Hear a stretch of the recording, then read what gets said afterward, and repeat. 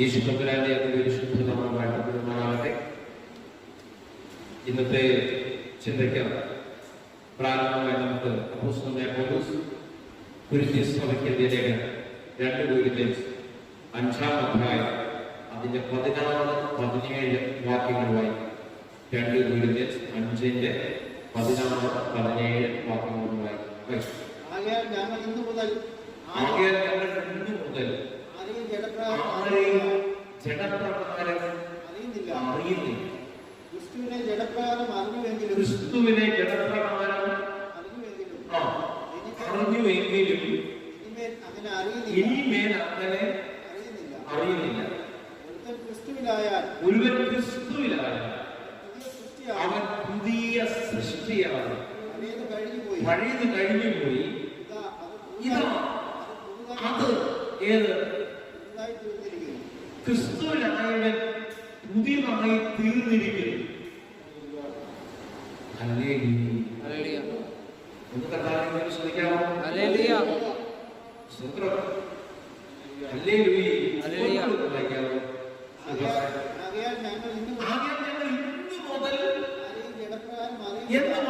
ക്രിസ്തുവിനെ അറിയുന്ന നിമിഷം മുതൽ ഞങ്ങൾ ആരെയും ജഡപ്രകാരം അറിയിക്കുന്നു. നമുക്ക് ഏറ്റവും കൂടുതൽ നമ്മുടെ ആളുകളുടെ എന്തിനെ അടിസ്ഥാനമാക്കിയാണ്? ജഡത്തിന്റെ അടിസ്ഥാനം. ഞാൻ ചില കാര്യങ്ങൾ പ്രവർത്തനം പറയുമ്പോൾ ഇപ്പം എന്റെ വീട്ടിൽ പറയുന്ന വിശ്വാസത്തിന് അല്ലെങ്കിൽ ബിരുവിന് അല്ലെങ്കിൽ മോന് എന്തില്ല സഹോദരങ്ങൾ ഇല്ലാത്തത് കൊണ്ടാണ് നീ ഇങ്ങനെ പറയണം. അങ്ങോട്ടൊന്നും വേണ്ട. ഈ ബന്ധങ്ങളുടെ വലിയ ഊഷ്മത കാണുന്ന തലങ്ങൾ എന്റെ ജീവിതത്തിൽ പല ഘട്ടങ്ങളിൽ ഞാൻ ശരിക്കും അനുഭവിച്ചതാണ്. അതിന് ഒരാഗ്രഹമില്ല. ഒരു ക്രിസ്തുവിലായി കഴിയുമ്പോൾ പിന്നെ ഈ പറയുന്ന കുടുംബം, ബന്ധം, സ്വന്തം അതൊരു വലിയ പ്രസക്തി ഉണ്ടാകത്തില്ല. കാരണം എന്താ, ഞാൻ ഇനിയും വ്യക്തികളെ അറിയുന്നത് എന്തിലൂടെ? ക്രിസ്തുവിലൂടെ. സ്വന്തം വ്യക്തിയില്ല. ഇപ്പോൾ ഒരു അത്ഭുതം നിങ്ങളുടെ ജീവിതത്തിൽ നടക്കുന്നു പറയുകയാണെങ്കിൽ ആ കൈയടിച്ചാൽ അത്ഭുതത്തെ റിസീവ് ചെയ്തിരിക്കണം. പക്ഷെ ഇത് പറയുമ്പോൾ ചിലപ്പോൾ സ്വത്രം പറയും, ഞങ്ങളിനി ആരെയും ജഡപ്രകാരം അറിയുന്നില്ല, ക്രിസ്തുവിലൂടെ അറിയുവാൻ ആഗ്രഹിക്കുന്നു.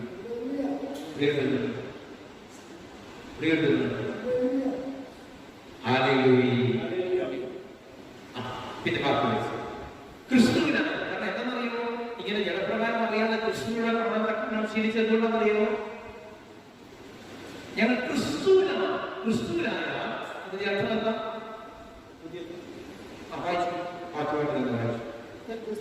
ഒരുവൻ ക്രിസ്തുവിലായ അവൻ പുതിയ സൃഷ്ടിയാണ്. പുതിയ സൃഷ്ടി, ന്യൂ ക്രിയേഷൻ. എന്താ പുതിയ സൃഷ്ടി? എന്താ ഈ പുതിയ സൃഷ്ടി എന്ന് പറഞ്ഞാൽ? പുതിയ സൃഷ്ടിക്ക് പഴയത് ഇങ്ങനെ തരട്ടിക്കൊണ്ടിരിക്കും. ഏതൊക്കെ നമ്മൾ ഈ സ്ഥലത്ത് ഏതൊക്കെ വരും ഈ ചില ജീവിതാലയങ്ങൾ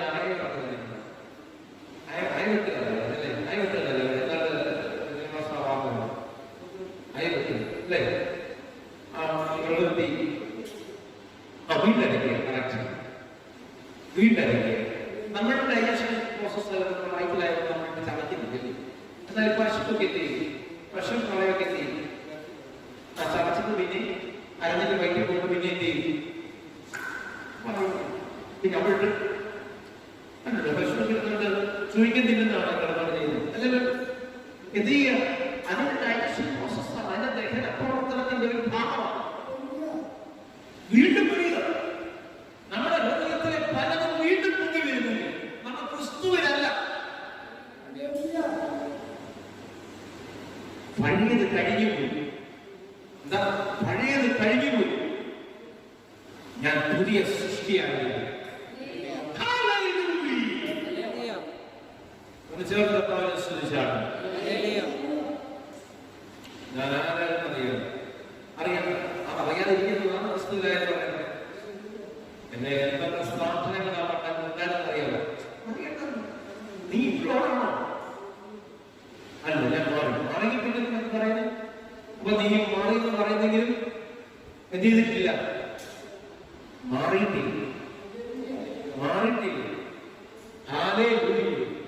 അറിയാതെ ഇങ്ങനെ കടന്നു പോകുന്നുണ്ടെങ്കിൽ അതിന്റെ അർത്ഥം നീ മാറിയിട്ടില്ല. ഹല്ലേലൂയ.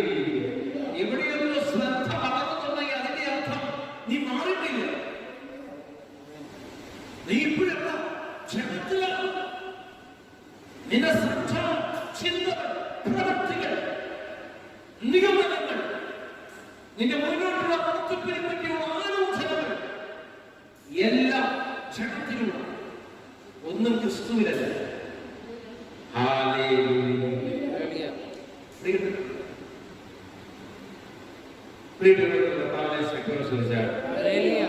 കർത്താവെന്നെങ്കിൽ ഒരു പ്രതികൂലം എങ്ങനെ അറിയോ?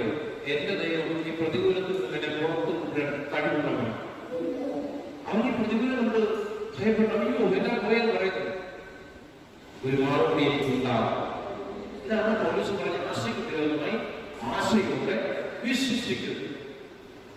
ഹല്ലേലൂയ. യേശു സൗഖ്യം തരും, യേശു വിടുതൽ തരും, യേശു നിങ്ങളുടെ ജീവിത അവസ്ഥയ്ക്ക് വ്യത്യാസം തരും. ഈ പറയുന്ന വിഷയങ്ങൾ അപ്പുറത്താണ്. അതിന് മേലെ ഒരു വിഷയം ഞാൻ പറയുന്നത് നിങ്ങൾ ക്രിസ്തുവിൽ വളരേണ്ടതാണ്. അത് പറയുമ്പോൾ അത്ര താല്പര്യം വരുന്നില്ല. സൗഖ്യം മതി, വാസ്തവം വിടുതൽ മതി, അത്ഭുതങ്ങൾ മതി, എന്ത് വേണ്ട ക്രിസ്തുവിനുള്ള വളർച്ച വേണ്ട. കാരണം എനിക്ക് കടയിൽ നിന്ന് മാറാൻ പറ്റുന്നില്ല. ഇപ്പോഴും എന്റെ കണ്ണ് ശരിയല്ല, എന്റെ കൈകൾ ശരിയല്ല, എന്റെ വൈകാരിക ചിന്തകൾ കറക്റ്റല്ല. പ്രാർത്ഥിക്കുമ്പോൾ മാത്രം, കൂട്ടായ്മയ്ക്ക് വരുമ്പോൾ മാത്രം ഞാൻ സ്വതന്ത്രം പറയുന്നുണ്ട്, കൈവീശുന്നുണ്ട്, ഹല്ലേലൂയ പറയുന്നുണ്ട്. പക്ഷെ അത് കഴിയുമ്പോൾ മുഴുവൻ എന്റെ സാധനത്തിൽ മുഴുവൻ വർഷം ചെന്ന് വേറെ സാധനം മൊത്തം വേറെ സാധനം മാറ്റം വന്നിട്ടില്ല. മാറ്റം വന്ന വ്യക്തിക്ക് പറയാൻ കഴിയുന്നത് ക്രിസ്തുവില.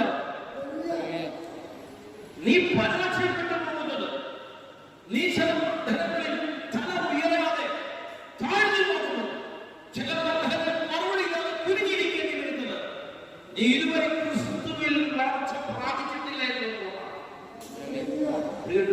ക്രിസ്തു നിന്റെ ഉള്ളിൽ ഉണ്ടെന്നതിന്റെ ശരിയാണെന്നുള്ള ബോധ്യം ആദ്യം ഞാൻ നിങ്ങൾക്ക് വേണ്ടി പ്രാർത്ഥിക്കുക. എന്താ പ്രാർത്ഥിക്കുന്നറിയോ? തമ്പുരാന്റെ സ്നേഹത്തിന്റെ വീതിയും നീളവും ഉയരവും ആഴവും ഇന്നതെന്ന് നിങ്ങൾ അറിയേണ്ടത്. നിങ്ങൾക്ക് രണ്ടിന്റെ സ്വർണം കിട്ടട്ടെ എന്നല്ല പ്രാർത്ഥിച്ചത് അല്ലേ? നിങ്ങൾക്ക് സമ്പത്തോ അല്ലെങ്കിൽ ഒന്നും വേണ്ടതല്ല ഞാൻ ഈ പറഞ്ഞു വരുന്നത്. അതൊക്കെ ദൈവത്തിന് തരട്ടെ. പക്ഷെ ശ്രദ്ധ, നിങ്ങളുടെ അറ്റൻഷൻ, നിങ്ങളുടെ ഫോക്കസ്, നിങ്ങൾ ഫോക്കസ് ചെയ്യുന്ന ആൾക്കാരെയാണ് ഈ പുറമെയുള്ള ആൾക്കാരല്ല.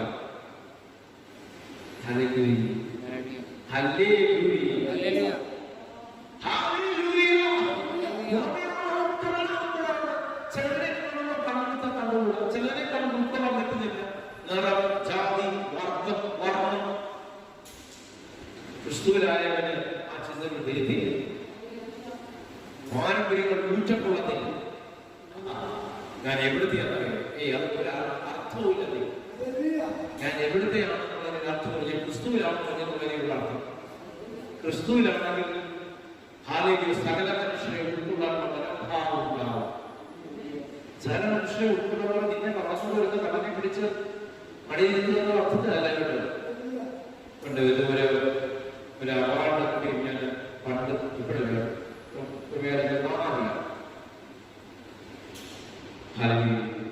അപ്പൊ പണ്ട് കണ്ട ഒരു അവാർഡ് കൊടുത്തു ഇങ്ങനെ കള്ളം പറഞ്ഞിട്ട് ഇങ്ങനെ കഥകെ പറയുകയും അപ്പൊ വീട്ടുകാരെ കഴിയുക അങ്ങനെ കള്ളം പറയുക ഞാൻ കള്ളൻ അവാർഡ് കൊടുക്കും.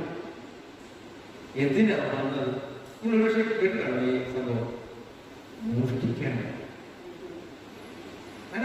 സാധനം പറയുന്നത് എന്നെ ഒരു അവാർഡ് സിനിമയെ കളിയാക്കാൻ വേണ്ടി ഇറക്കിയതാണോ എന്ന് അറിഞ്ഞൂല. അപ്പം കള്ളം വരുന്നത് ഇങ്ങനെ കഥകെ മുട്ടി ഞാൻ വരട്ടെ ചുറ്റി പൊക്കോട്ടെ എന്ന് ചോദിച്ചിട്ടാണ്. അവൻ വരുന്ന ബുദ്ധിപ്രദം നശിപ്പിക്കുവാൻ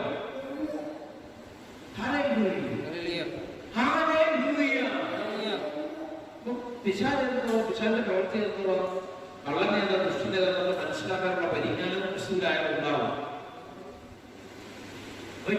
അറിയുന്നില്ല, ഇങ്ങനെ അറിയുന്നില്ല. ജഡപ്രമാണം അറിയുന്നു. ക്രിസ്തുവിലാണെങ്കിൽ ഞാൻ പുതിയ സൃഷ്ടിയാകുന്നു.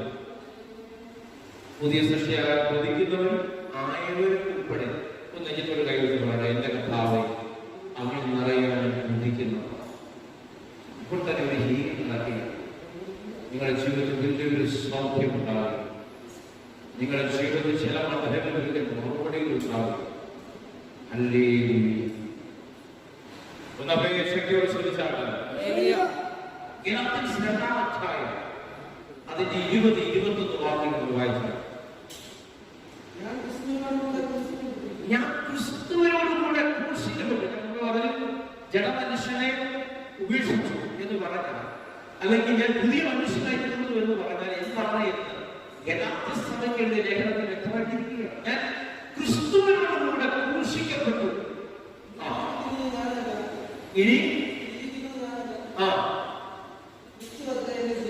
ഇനി ജീവിക്കുന്നത് ഞാനല്ല. ഞാനായി ജീവിക്കുമ്പോഴാണ് എന്താണ് എനിക്ക് ചോട്ടയ്ക്കാൻ പറ്റത്തില്ല, അല്ലെങ്കിൽ എനിക്ക് മാറാൻ പറ്റുന്നില്ല, എനിക്ക് ചില മണ്ഡലങ്ങളിൽ ഒഴിയാൻ പറ്റുന്നില്ല, എന്റെ മനസ്സിൽ ചിലത് മാറുന്നില്ല, എന്റെ ഹൃദയത്തിൽ ഇങ്ങനെ നീരാടുമ്പോൾ ചിലത് മുറുകിയിരിക്കുകയാണ്. Hallelujah, hallelujah. നമ്മൾ പാട്ടൊക്കെ പാടും. പാപത്തെ സ്നേഹിപ്പാൻ ഞാനിതീ, ഓ പാപത്തെ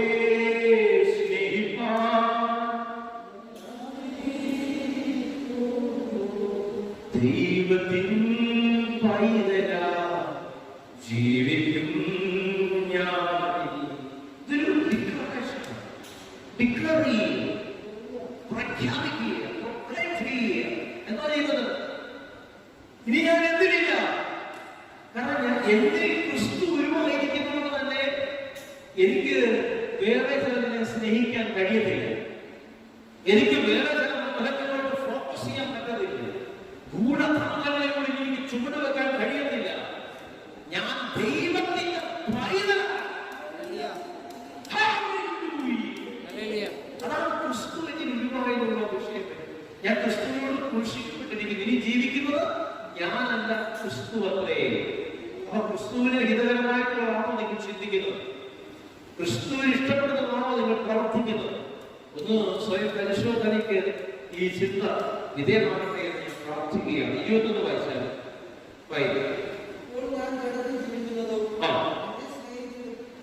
എന്നെ സ്നേഹിച്ച് എനിക്ക് വേണ്ടി തന്നെത്താൻ ഏൽപ്പിച്ചു കൊടുത്ത ദൈവപുത്രങ്ങളുള്ള വിശ്വാസത്താൽ അത്രേ ഞാൻ ജീവിക്കുന്നത്. തന്നെ എന്തിനു വേണ്ടിയിട്ടാണ്? എന്നെ സ്നേഹിച്ച സ്നേഹം ചുമ്മാതെ എന്റെ ഭർത്താവിനെ, എന്റെ ഭാര്യ എന്നെ പ്രാണനൊക്കെ ചുമ്മാ നീ തെറ്റിപ്പോയി. ഈ കുടുംബത്തിൽ കലമുണ്ടാകുന്ന ഭർത്താവിനെ മനുഷ്യനെ എപ്പോഴും ഇന്നലെന്ന് ചിന്തിച്ചുകൊണ്ട് മാത്രം നിലപാടുകൾ സ്വീകരിച്ച പിന്നെ അവിടെ വേദനകൾ ഉണ്ടാകത്തില്ല. എനിക്ക് 3 കുഞ്ഞുങ്ങളുണ്ട്. ഞാൻ വരുമ്പോൾ ഞാൻ എന്റെ കയ്യിൽ എന്തിരിക്കുന്നു എന്തെങ്കിലും കാര്യമായിട്ട് സംഭവമാണവൾ ചാടിക്കയറി 3 പേരും എന്നെ നോക്കിക്കൊണ്ട് കയറും. എന്റെ കയ്യിലൊന്നുമില്ലെങ്കിൽ അയകളിലേക്ക് പോയാൽ കാണത്തില്ല. എന്നെ ഇങ്ങനെ നോക്കും. എന്റെ കയ്യിൽ വല്ലതും ഉണ്ടെങ്കിൽ ഏടി വെച്ചില്ല, കയ്യിലില്ലെങ്കിൽ പല്ലുമായി ഏറിയ ഭൂമി കാണാം. അപ്പം അപ്പനും മക്കളും തമ്മിലുള്ള ബന്ധത്തിൽ ഞാൻ ഹോസ്റ്റലിലെ അധ്യാപക ജോലിയിൽ ചെയ്തിട്ടുണ്ട്. അധ്യാപക പാർട്ടിയൊക്കെ ഒരു വലിയ സ്ഥാനത്ത് ജോലി ചെയ്യുന്ന കാലഘട്ടത്തിൽ അവിടെ ഈ എല്ലാം എന്നായി അവിടെ ഈ വല്ലപ്പോഴും വരുന്ന അമ്മയെ കാണാം, ഇങ്ങനെ ആകർഷിക്കണം. പക്ഷെ അമ്മയുടെ മുഖത്ത് കണ്ടത് അമ്മയുടെ കയ്യിലിരിക്കുന്ന ഒരു പിടിപ്പിക്കുന്ന സാധനം നേരത്തെ ഇന്നൊക്കെ നമ്മ കൊണ്ടിൽ ഇതിനൊക്കെ തരാം. ഇതിന് അവന്റെ കെമാറ്റി കഴിഞ്ഞ തവണ അമ്മ വന്ന് എല്ലാവർക്കും കൊടുത്തു വൈകിലേക്ക് കാണിച്ചു. ഇത്തവണ ഞാൻ കാണിക്കും. അപ്പൊ അമ്മ കൊണ്ടിരുന്ന സാധനങ്ങൾ അങ്ങനെ തന്നെ വലിച്ചു മാറി എടുക്കുന്നത്. പിന്നെ കാറ്റ പറയാൻ നിൽക്കത്തില്ല. സാധനം കിട്ടി പിന്നെ കൂടും. പിന്നെ ഞാൻ വസ്തുക്കാരെ ചാർജ് വെച്ചിട്ടുള്ളതാണ്. അങ്ങനെ നിങ്ങൾ നമ്മ പോകുമോ? കാരണം കിട്ടണമെങ്കിൽ ഇത് പോകുമോ? പിന്നെ അവരെ പിള്ളേരെ കാണില്ല. കാരണം എന്റെ വാച്ചുണ്ട്, എന്റെ മുലകൾ, എന്റെ കണ്ണാടിയുണ്ട്. പിന്നെ അതിനെ പറ്റിയുള്ള വിശദീകരണം എന്റെ കണ്ണാടിയുടെ ഇങ്ങനെ വെക്കുന്ന സാധനം കണ്ടോ? നീ കൊണ്ടുവന്നുള്ള നിന്റെ സ്നേഹമല്ല, കൊണ്ടുവന്നുള്ള നിന്റെ നിലപാടല്ല, നീ സാധന സാമഗ്രികളാണ്. അല്ലേ? മനസ്സിലാക്കിയ ശ്രമിച്ചാണ് കൊടുത്തൊന്നും അവരെ പ്രീതിപ്പെടുത്താൻ പറ്റുന്നില്ല. അങ്ങനെയൊക്കെ ആരെങ്കിലും അകത്ത് ചിന്തയുണ്ടെങ്കിൽ അത് മാറട്ടെ. യഥാർത്ഥ സ്നേഹം അത് ക്രിസ്തുവിൽ മാത്രമേ കാണാൻ കഴിയൂ. കൊടുത്തു എത്ര കാലം പ്രീതിപ്പെടുത്താൻ പറ്റും? കൊടുത്തു എത്ര കാലം സ്നേഹിക്കാൻ പറ്റും? എത്ര കാലം പറ്റും? എത്ര കാലം അങ്ങനെ റിലേഷൻഷിപ്പിനെ മെയിൻറ്റെയിൻ ചെയ്യാൻ പറ്റില്ല? കണ്ടില്ലേ, അപ്പനമ്മയൊക്കെ പ്രായം എഴുതി നടക്കാൻ ഗർഭത്തിലാണെങ്കിൽ നിങ്ങളൊക്കെ മലമൂത്ര വിസർജനമൊക്കെ നടക്കുന്ന സാഹചര്യങ്ങൾ അപ്പനമ്മയ്ക്ക് ഉണ്ടാകുമ്പോൾ അതുപോലെ കൊല്ലെ ചക്ര എന്ന് പറയുന്ന മക്കൾ തിരിഞ്ഞു വരുമ്പോൾ എത്രയോ സാഹചര്യങ്ങൾ അടുത്തുള്ള അനുഭവ സ്ഥാപനങ്ങൾ നടന്നുകൊണ്ടുണ്ടാക്കിയേക്കും. കഷ്ടപ്പെട്ട് ബുദ്ധിമുട്ടി ഭവനം ചമച്ചാൽ ഇവരെ വളർത്തി ഇത്രയും വലുതാക്കിയാണ്. അപ്പന്റെ മണം നിറഞ്ഞൊഴുകുകയാണ്, അമ്മയുടെ കണ്ണം നിറഞ്ഞൊഴുകുകയാണ്. എന്നെ കൊണ്ടുവന്ന് നിങ്ങളുടെ കൊണ്ടുവിടുകയാണ്. ആ കണ്ട് നോക്കാൻ പറ്റത്തില്ല. അവിടെ നോക്കാനൊക്കെ ഒരുപാട് ആൾക്കാരാണ്. ഞങ്ങൾ അതിന് വേണ്ട ചെലവെന്താന്ന് വെച്ചാൽ കൊടുത്തോളാം. നീ കുഞ്ഞായിരുന്നപ്പോൾ ഇതുപോലെ നിങ്ങളുടെ സമയം നിന്റെ അപ്പനെ കാണിച്ചിരുന്നെങ്കിൽ നീ വളരെ വലുതാകുന്നു. ഹല്ലേലൂയ. എണ്ണിച്ച് നടക്കാൻ വയ്യാതാകുന്ന അപ്പനും അമ്മയുള്ള സമീപനം അതെല്ലാം കേൾക്കാറുണ്ട്. പട്ടിക്കൂടിന് കഥച്ചില്ല അമ്മയുടെ ചിത്രം പത്രങ്ങളിൽ വന്നു. എന്താ സ്നേഹം? പ്രയോജനമുള്ള മമത. എന്ത് ലഭിക്കും, എന്ത് കിട്ടും, അത് കിട്ടി ലഭിച്ചു, അത് കഴിയുമ്പോൾ നിലപാടുണ്ട്. അങ്ങനെയുള്ളതല്ല സ്നേഹിക്കേണ്ടത്. സ്നേഹമാതിനെ കണ്ടവർ സ്നേഹിക്കാൻ നമ്മൾ സ്നേഹിക്കുന്നില്ല. ആ സ്നേഹമല്ല, ലോക സ്നേഹമല്ല. ഞങ്ങൾ ആരെയും അറിയുന്നില്ല. പിന്നെ എങ്ങനെ അറിയുന്നത്? ക്രിസ്തുവിലൂടെ. എങ്ങനെ അറിയുന്നത്? ക്രിസ്തുവിലൂടെ. ക്രിസ്തുവിലൂടെ മനസ്സിലാക്കാൻ ശക്തി ശ്രദ്ധിച്ചാണ്.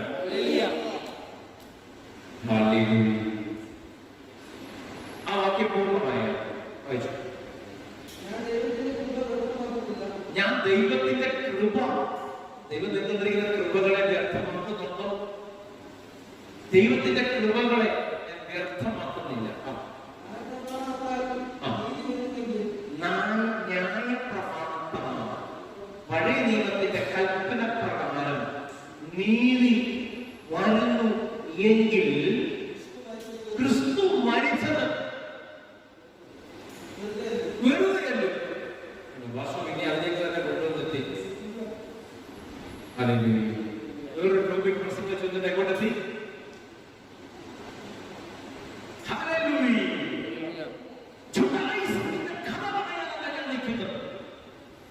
യഹൂദന്മാരുടെ കഥകളും കെട്ടുകഥകളും കിഴവിക്കഥകളും പ്രളയമാണ്. അവസാനമായ രക്തം വരെ നിനക്ക് വേണ്ടി എനിക്ക് വേണ്ടി ഊറ്റി തന്ന യേശുവിനെ കുറിച്ച് ഞാൻ പറയാതിരിക്കുന്നത്. ആ യേശുവിൽ നിന്നിറങ്ങ നിന്റെ സ്ഥിതി മാറുക തന്നെ ചെയ്യും. നിങ്ങളുടെ അത്ഭുതത്തിന്റെയോ അനുഗ്രഹത്തിന്റെയോ ദൈവ പ്രസാദം ഉണ്ടാകുന്നതിന്റെ അടിത്തറ ഈ പറയുന്ന പ്രവൃത്തിയുടെ പുസ്തകത്തിലൂടെയല്ല, അല്ലെങ്കിൽ പ്രവർത്തിച്ച് നേടുന്ന യഹൂദന്റെ കഥകളിലൂടെയോ നിയമങ്ങളുടെയോ അല്ല, പകരം ക്രിസ്തുവിലുള്ള വിശ്വാസത്താണ്. ആ വാക്യം പൂർണ്ണമായി വിശ്വസിക്കുന്നു. 2 Corinthians 5:21. 2 Corinthians 5-ാം അധ്യായമാണ് തുടങ്ങിയത്. 5-ാം അധ്യായത്തിൽ 21-ാം വാക്യം പൂർണ്ണമായി വായിക്കാം. 5:21. പാപം അറിയാത്തവനെ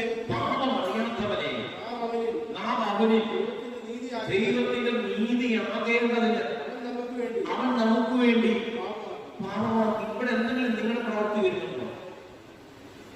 ഞാൻ ഇത്ര ദിവസം മുൻപേ നിന്ന് ഞാൻ ഇത്ര മെഴുകുതിരി കത്തിച്ച്, ഇത്ര എണ്ണ ഒഴിച്ച്, ഇത്ര വിളക്ക് കത്തിച്ച്, ഇന്നടത്തുള്ള കിടന്ന് ഉരുണ്ട് തലയെ കല്ല് വെച്ച് അതിനൊരു ഓടി എന്തെങ്കിലും. നിങ്ങൾ ദൈവത്തിൽ നീതിയാകേണ്ടതിന് പാപമില്ലാത്തവനെ പാപമാക്കി. അത് യേശുവിന്റെ പുസ്തകത്തിൽ നമ്മൾ വ്യക്തമായി പഠിക്കുന്നതാണ്. നമ്മുടെ ശാപത്തെ, നമ്മുടെ രോഗത്തെ, നമ്മുടെ പാപങ്ങളെ, നമ്മുടെ അകൃത്യങ്ങളെ ക്രൂശിൽ അവൻ വഹിച്ചു. ഞാൻ സൗഖ്യമാകേണ്ടതിന് എങ്ങനെ അവന്റെ അഭിപിടകളുടെ സൗഖ്യം എന്നെ ഉണ്ടാകേണ്ടതിന് അവൻ ക്രൂശിൽ എനിക്ക് വേണ്ടി പരമയാഗമായി മാറി. അല്ലെ എവിടെയിരിക്കുകയാണ് നീതീകരണം ഉണ്ടാകേണ്ടത്. അപ്പൊ നീതീകരണം നമ്മളിൽ ഉണ്ടാകണമെങ്കിൽ ക്രൂശിക്കപ്പെട്ടവരെ കുറിച്ചുള്ള പരിജ്ഞാനത്തിൽ നിങ്ങൾ നിറയേണ്ട ആവശ്യമത്രേ. ഹല്ലേലൂയ. ആ പൂർത്തീകരണ ശുശ്രൂഷയിൽ finished work of Jesus Christ, നിവർത്തീകരണ ശുശ്രൂഷ, സകലതും നിവർത്തിയാക്കി എന്ന് വിളിച്ചു പറഞ്ഞവനെ കുറിച്ചുള്ള പരിജ്ഞാനത്തിന്റെ നിറവിൽ നിങ്ങൾ നിറഞ്ഞ പിന്നെ നിങ്ങളുടെ മേൽ ജഡത്തിന്റെ ശക്തി വെളിപ്പെടാറില്ല. ഏത് കാര്യം ചെയ്യുന്നു ആരും ചോദിക്കും. എനിക്കൊരു അപ്പനുണ്ട്, അപ്പനോട് ചോദിക്കാതെ ഒരു കാര്യം ചെയ്യത്തില്ല. നിന്റെ അമ്മ മരിച്ചു പോയില്ലേ? അത് ലോകപ്രകാരമുള്ള അപ്പൻ. എനിക്ക് മറ്റൊരു അപ്പനുണ്ട്. എനിക്ക് വീണ്ടും ജനതാണ് ഒരു അപ്പനുണ്ട്. എനിക്ക് വേണ്ടി അവസാനം രക്തം വരെ ഊറ്റിത്തന്ന ഒരു അപ്പനുണ്ട്. അപ്പനോട് ചോദിക്കാതെ ഒരു പ്രവൃത്തി ഞാൻ ചെയ്യത്തില്ലെന്ന് പറയുന്ന ഒരു നിലപാടിലേക്ക് നിങ്ങൾ എത്തിയ പിന്നെ പാപം ചെയ്യുന്ന പാപത്തെ സംബന്ധിച്ചുള്ള വിഷയം ചർച്ചയ്ക്ക് പോലും വെക്കേണ്ട കാര്യമില്ല. കാരണം ആരെ നിങ്ങൾ ചലിക്കത്തുള്ളൂ. എന്തിലൂടെ ചലിക്കത്തുള്ളൂ? പരിശുദ്ധാത്മാവിലൂടെ മാത്രമേ ചലിക്കത്തുള്ളൂ. സ്തോത്രം. ആ വാക്യം പൂർണ്ണമായ എഫേസ്യൻസ് 1-ാം അധ്യായം അതിന്റെ 5 മുതൽ 7 വരെ. എഫേസ്യൻസ് 1-ന്റെ 5 മുതൽ 7 വരെ വായിച്ചാൽ തിരുഹിതത്തിന്റെ പ്രസാദപ്രകാരം യേശുക്രിസ്തു മുഖാന്തരം നമ്മെ ദത്തെടുക്കേണ്ടത്. അപ്പൊ നമ്മൾ ആരെയും ദത്തെടുക്കുന്നത്? ദത്തെടുക്കുക എന്ന് പറഞ്ഞത് മക്കളല്ലാത്ത വ്യക്തിയെ മക്കളില്ലാത്ത കുഞ്ഞിനെ ദത്തെടുക്കും. ഞാൻ എനിക്ക് പരിചിതമായ ഒരു വ്യക്തി, നമ്മുടെ ഈ താലൂക്കിൽ തന്നെയുള്ള ഒരു വ്യക്തി, അവര് നാളോട് മക്കളില്ലായിരുന്നു. അവരൊരു കുഞ്ഞിനെ അനാഥാലയത്തിൽ നിന്ന് ദത്തെടുത്തു. എടുത്തപ്പോൾ ഇവിടെ കുറച്ചുകൂടെ സ്വാതന്ത്ര്യം ഒരു അമ്പച്ചനെ എടുത്താൽ പോരാ. ഒഴിവല്ല അവരെ കാണിച്ചത് ഈ കുഞ്ഞിനെ ദത്തെടുത്ത് അതിന് 1 വയസ്സ് തികയുന്നതിനുള്ളിൽ അവർ പ്രഗ്നന്റായി. മനസ്സിലാണ് വൈദ്യശാസ്ത്രം നോ പറഞ്ഞെടുത്തിട്ട് അത്ഭുതം നടന്നു. ദൈവത്തിന്റെ പ്രവർത്തികൾ നമുക്ക് ചിന്തിക്കാൻ പറ്റുന്നതിനപ്പുറം. 2 മക്കളുടെ അത് ദത്തെടുത്ത കുഞ്ഞിനെയും ഈ കുഞ്ഞിനെയും രണ്ടാണല്ലോ കാണുന്നത്. ആടത്തിൽ അവർ ഏറ്റവും കൂടുതൽ ദത്തെടുത്തു. കാരണം അവിടെ മുഖാന്തരമായി ഞങ്ങളുടെ ജീവിതത്തിൽ അത്ഭുതം നടന്നത്. ആ കുറിച്ച് ബൈബിൾ കോളേജിലെ പഠനങ്ങൾ പൂർത്തിയായിരിക്കുക. ശുശ്രൂഷ ആഗ്രഹം ഇതിന്റെ പിതാവിന്റെ ചില സമ്മതത്തോടൊന്നും വന്ന് ഇങ്ങനെ കണ്ടെത്തിയിരിക്കുന്നത് എന്റെ ഇടയ്ക്ക് എന്നോട് സംസാരിക്കുകയൊക്കെ ചെയ്താൽ ദൈവത്തിന്റെ പ്രവർത്തി ദത്തെടുക്കുക എന്ന് പറഞ്ഞാൽ നമ്മൾ എവിടെയോ കിടന്നു. നമ്മളെ ജാതികളായ നമ്മളെ പാപത്തിന്റെ ചെവിക്കട നമ്മളെ കഠിന ഹൃദയരായ നമ്മളെ അഴുക്കിൽ പാപത്തിൽ കിടന്ന് വേണ്ടായ്മ കാണിച്ച നമ്മളെ അവൻ ദത്തെടുത്തു. കൊള്ളരുതാതെ നമ്മളെ ദത്തെടുത്തു. എന്തിനാണെന്നറിയോ? അവന് നീതീകരിക്കപ്പെടേണ്ടത്. തിരുഹിതത്തിന്റെ പ്രസാദപ്രകാരം യേശുക്രിസ്തു മുഖാന്തരം നമ്മെ ദത്തെടുക്കേണ്ടത് പ്രിയനായവനും സൗജന്യമായി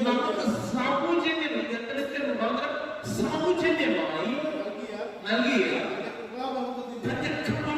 മഹത്വത്തിന്റെ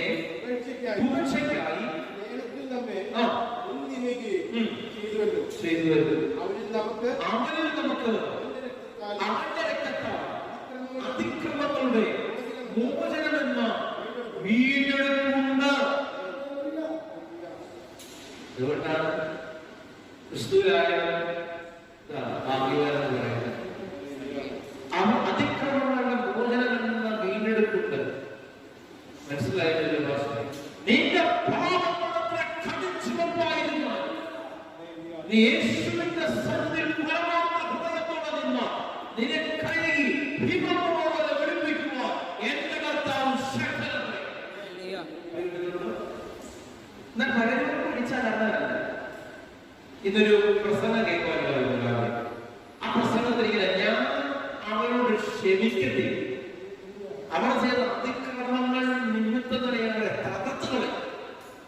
പക്ഷെ പുതിയ പറയുന്നു, എന്നോ കടിച്ചവന്മാർ പാവമാണ്. പാവമേ, നിന്നെ തകർക്കാൻ ശ്രമിക്കുന്നു, പിന്നെ നിന്നെ അതിൽ കൊണ്ടുപോകാൻ ആഗ്രഹിക്കുക, പിന്നെ നിന്നെ പാപത്തോട് വലിച്ചുകൊണ്ട് പോകാൻ അവൻ വിളിക്കുമ്പോൾ അത് കേൾക്കാൻ നീ എന്റെ അടുത്തേക്ക് കൂടി പോവാം. പാപത്തിന് നിന്നെ ഞാൻ വിട്ടുകൊടുക്കത്തില്ല, സാധാരണ ശക്തികൾ നിന്നെ വിട്ടുകൊടുക്കത്തില്ല. എന്റെ ചെറുതും കീഴിൽ നീ സുരക്ഷിതമായി.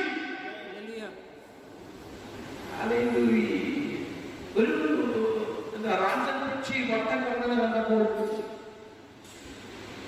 വലിയ തറക്കോഴി എന്ത് ചെയ്തു, അതിനെ കുഞ്ഞുങ്ങളെല്ലാം ചിറകുകളിൽ പാത്രം വെച്ചേക്കുന്നത് പോലെ പഴയതാണോ ദൈവത്തിന്റെ പ്രൊട്ടക്ഷൻ ബന്ധപ്പെട്ട ഒരു കാര്യം ഹൃദയത്തിൽ തോന്നാം. കോഴി തന്റെ കുഞ്ഞിനെ ചിറകുകളിൽ, കഴുകൻ തന്റെ കുഞ്ഞിനെ ചിറകിന് മേലെ വഹിക്കുമ്പോൾ അവരുടെ താഴെ ഇരിക്കാനുള്ളതല്ല, നിനക്ക് ഉയർച്ചയുണ്ടാകും. കാക്ക ഇത്രയും വളർന്നു വട്ടം പറക്കും, നിന്നെ കൂട്ടത്തോടെ ഇല്ലായ്മ ചെയ്യാൻ. പക്ഷെ ഒരു റേഞ്ചിന് അപ്പുറത്ത് കഴുകുമ്പോൾ കാക്ക താഴോട്ട് ഇതിന്റെ ആന്തരിക അർത്ഥം, ആത്മീയ അർത്ഥം പിടിക്കുക മാത്രം കരമീകരിക്കുന്ന ആലോചിച്ചാൽ ഗലാത്യർ 4:6-7 വാക്യം കൂടെ വായിച്ച് ദൈവത്തിന്റെ ശ്രമം ഞാൻ ആഗ്രഹിക്കുകയാണ്. ഗലാത്യർ 4-ാം അധ്യായം 6-7 വാക്യം. യേശുവേ ആരാധന. അപ്പൊ മറ്റേ പറഞ്ഞ ഭാഗം വേറൊരു വർഷത്തിലേക്ക് പോവുകയാണ്. അല്ലെങ്കിൽ നിങ്ങൾ മക്കൾ ആകൊണ്ട് നിങ്ങൾ ക്രിസ്തുവിലായി സംഭവിച്ചത് മക്കളായി ദത്തെടുത്ത് മക്കളാത്ത നിങ്ങളെ മക്കളാക്കി. മക്കളാണ് എങ്കിൽ അപ്പ പിതാവ് എന്ന് വിളിക്കുവാനുള്ള സ്വപുത്രത്വത്തിന്റെ ആത്മാവിനെ ദൈവം നമ്മുടെ ഹൃദയങ്ങളിൽ നമ്മുടെ അകത്ത് ക്രിസ്തു എന്ന് പറയുന്നതിന്റെ അർത്ഥം അപ്പം പിതാവിന് ഒരുപാട് സ്വപുത്രത്തിന്റെ ആത്മാവിനെ നമ്മുടെ അകത്ത് തന്നു കഴിഞ്ഞിരിക്കുന്നു. അങ്ങനെ നീ ഞാൻ ദാസനല്ല, ഞാൻ മകനാണ്. മകനാണെങ്കിൽ സൗഖ്യം എന്റെ അവകാശമാണ്, സമ്പത്ത് എന്റെ അവകാശമാണ്, അനുഗ്രഹം എന്റെ അവകാശമാണ്. ഞാൻ മകനാണ്, ഞാൻ മകനാണ്. ഗ്രാമീണ അല്ലെങ്കിൽ അങ്ങനെ നീ ദാസനല്ല, പുത്രനെങ്കിലോ അവകാശമാകുന്നു. പുത്രനെങ്കിൽ അതിന് വിരുദ്ധമായ ചിന്തകൾ വെച്ചു കൊടുക്കുന്ന ഒരുപാട് പഠനങ്ങളുണ്ട്. കഴിഞ്ഞ ദിവസം പ്രിയ ശുചിവാസത്തിന്റെ ഭവനത്തിൽ നടന്ന മീറ്റിംഗിൽ ഞാൻ ഇപ്രകാരം ആശയത്തെ പങ്കുവച്ചു. യഹൂദന്മാരോട് യേശുവിന്റെ ഒരു ഇടപെടൽ അവർ പറയുന്ന വാക്കുണ്ട്, ഞങ്ങൾക്കൊരു പിതാവുണ്ട്, ഞങ്ങള് മനസ്സംഗത്തിലുണ്ടായതല്ല. യേശുവിന്റെ ജന്മത്തെ പരിഹസിച്ചുകൊണ്ടുള്ള അവരുടെ വാക്കിന് അവൻ മറുപടി കൊടുക്കുകയാണ്. നിങ്ങളുടെ പിതാവ് അവൻ പിശാചാണ്, അവൻ കള്ളനാണ്, അവൻ കുലപാതകനാണ്, അവൻ സംസാരിക്കുന്നവനാണ്. ഹല്ലേലൂയ. പറഞ്ഞ വാക്കിനെ മാറ്റി പറയുന്നവനാണ്. ഹല്ലേലൂയ. ആ കാലത്തെ വിശദമായി യോഹന്നാൻ 10:10 കാണുന്നു. ആകാശം അടിപ്പാനമല്ലാതെ കള്ളൻ കടന്നു വരുന്നില്ല. ഞാൻ വന്നതോ, യേശു പറയുന്നത്, ഞാൻ വന്നതോ സമൃദ്ധിയായ ജീവനുണ്ടായവരത്രേ. അപ്പൊ അറുത്തുകൊണ്ടുപോകുന്ന, തകർത്തുകൊണ്ടുപോകുന്ന ശക്തി നിന്റെ മേൽ വ്യാപരിക്കപ്പെടുന്നുണ്ടെങ്കിൽ അത് ദൈവത്തിൻ്റെതല്ല, പകരം പിശാചിന്റേത്.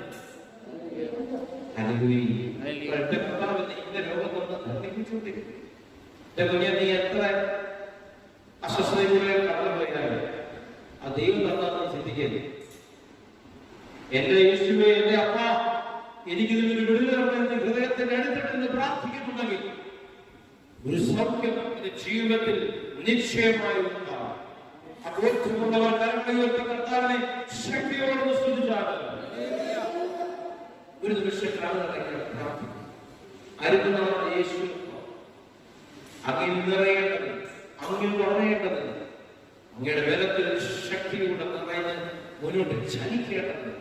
അപ്പൊ ഈ ജനത്തെ വേർതിരിച്ചിരിക്കുന്നതിനുള്ള ബോധ്യം പകരുന്നതിനോ ഇതവൻ മുഖാന്തരമെന്നെ കണ്ടുകൊണ്ടിരിക്കുന്നവരുടെ ജീവിതത്തിൽ അങ്ങനെ വലിയ ഇടപെടലുണ്ടാകുന്നതിനോ സൗഖ്യത്തിന്റെ കരം ക്ഷണിക്കുന്നതിനോ വിടുതലിന്റെ കരം ക്ഷണിക്കുന്നതിനോ നാളെ എങ്ങനെയാണ് ഇവർക്ക് ഭാരപ്പെടുന്നത് ദൈവത്തിന്റെ വലിയ പ്രവൃത്തി വെളിപ്പെടാൻ പോകുകയോ അസാധാരണമായ ദൈവത്തിന്റെ ഇടപെടൽ നിന്റെ ജീവിതത്തിൽ സംഭവിക്കാൻ പോവുകയാണ്. ആളുകൾ പ്രാർത്ഥിച്ചുകൊണ്ടിരിക്കുമ്പോൾ തന്നെ ദൈവത്തിന്റെ ബോധ്യപ്പെടുത്തുന്നു, ചിലരുടെ ജീവിതത്തിൽ വലിയ മാറ്റങ്ങൾ സംഭവിക്കാൻ പോവുകയാണ്. സ്വന്തം പ്രാർത്ഥന സ്വീകരിച്ച് യഥാർത്ഥ അധികാരമുള്ള നാമത്തിൽ തന്നെ യേശു കർത്താവ് നിങ്ങൾക്ക് വിടുതലുവാൻ മതിയായി. അവനെ നിങ്ങൾ നിറഞ്ഞ നിങ്ങൾ ജഡത്തിന്റെ ഇഷ്ടമല്ല നിങ്ങൾ പിന്നെ വെളിപ്പെടാൻ പോകുന്നത് യേശുവിന്റെ ഇഷ്ടം നിങ്ങൾ കൂടെ പോകാം. അതിനെ ദൈവം നിങ്ങളെ സഹായിക്കട്ടെ എന്ന് പ്രാർത്ഥിക്കുന്നു. ദൈവം നിങ്ങളെ ശക്തീകരിക്കട്ടെ.